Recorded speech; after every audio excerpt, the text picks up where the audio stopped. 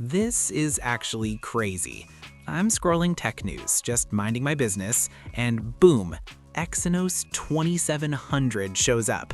Bro, Exynos 2600 is not even out yet. Nobody has tested it properly. No real phones in people's hands. No day one gaming test. No after 30 minutes does it melt test. And Samsung is already like, yeah, here's Exynos 2700. Come on, Samsung, relax a bit. Let me break this down in simple human English, because this whole thing is both funny and interesting. First, quick recap.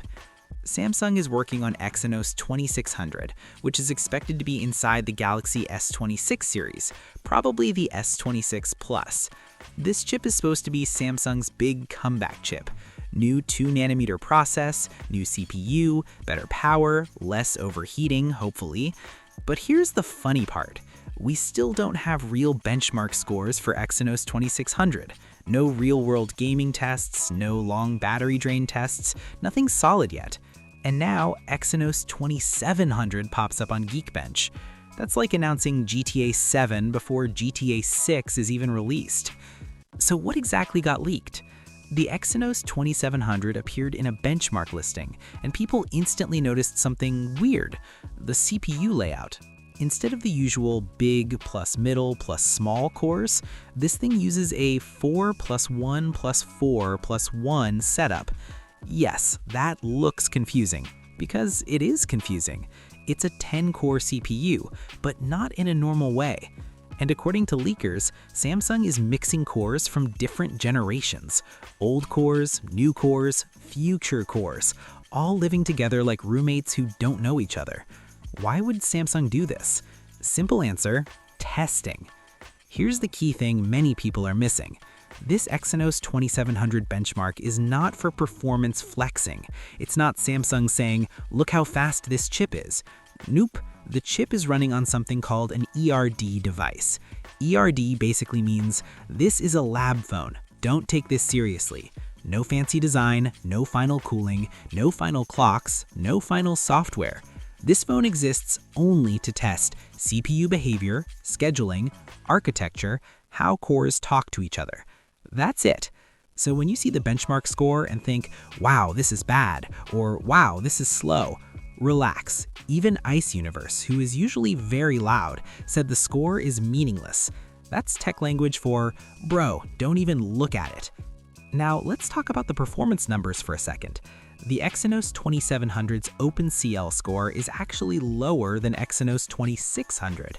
At first glance, that looks embarrassing. But again, context matters. This is early silicon, mixed cores, not optimized, not final clocks. The highest clock speed seen was 2.88 GHz. That's low for a flagship chip in 2026, which tells us one thing very clearly. Samsung is not pushing power here.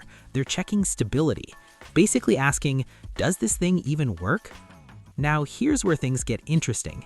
Samsung is clearly moving very fast. Why? Because they want to reduce dependency on Qualcomm. Samsung does not want to rely on Snapdragon forever. They want their own CPU, their own GPU, their own ecosystem. That's why Exynos still exists, no matter how many memes it gets. And here's a big detail most people skipped. Samsung reportedly reached around 50% yield on its 2nm GAA process. That's actually not bad. 2 nanometers is hard, like extremely hard. So Samsung is pushing its second generation 2nm tech, called SF2P.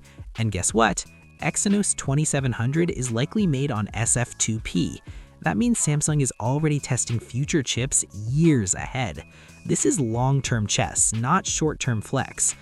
Now, about the CPU layout again, that 4 plus 1 plus 4 plus 1 setup, almost guaranteed to change. Samsung is just experimenting.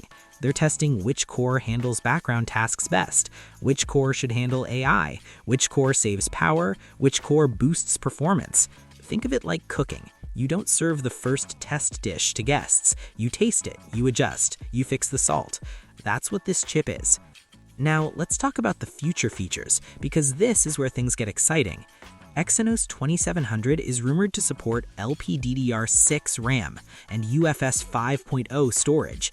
That's next-gen stuff, not even mainstream yet.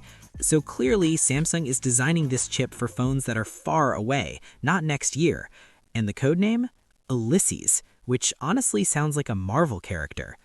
But wait, Samsung didn't stop there. There are reports that Samsung is already working on Exynos 2800. Yes, 2 generations ahead.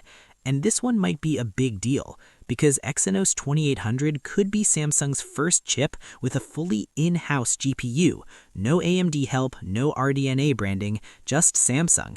And not just for phones, this GPU could expand into tablets, laptops, AI devices, other hardware. This is Samsung saying, we want control over everything. Now, let me be very clear. This does not mean Exynos is suddenly better than Snapdragon. Not yet. Snapdragon 8 Elite Gen 6 and Gen 6 Pro are coming, and Qualcomm is not sleeping. But Samsung is clearly preparing for war.